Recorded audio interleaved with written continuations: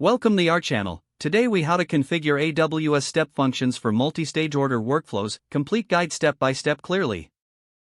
To configure AWS Step Functions for multi-stage order workflows, begin by logging into your AWS Management Console. Navigate to the Step Functions service from the Services menu.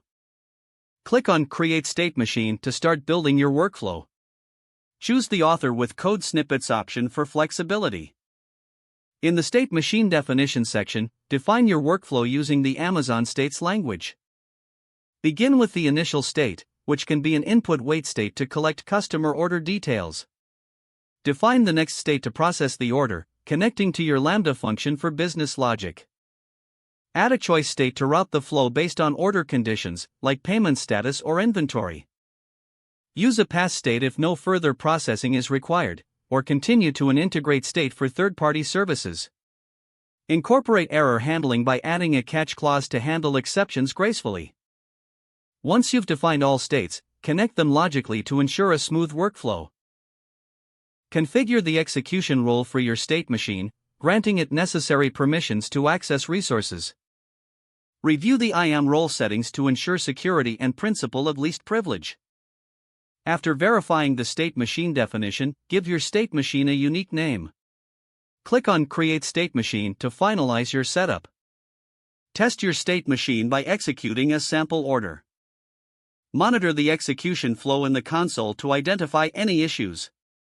Review metrics and logs in CloudWatch for detailed insights on performance.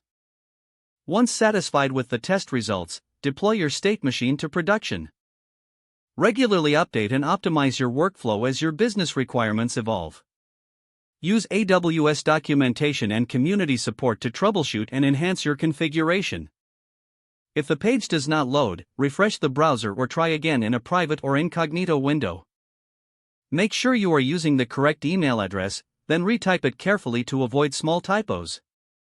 If your password is not accepted, use the reset option and create a new strong password you can remember.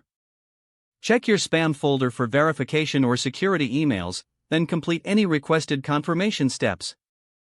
Enable two-factor authentication if available to improve account security and reduce unauthorized access risk.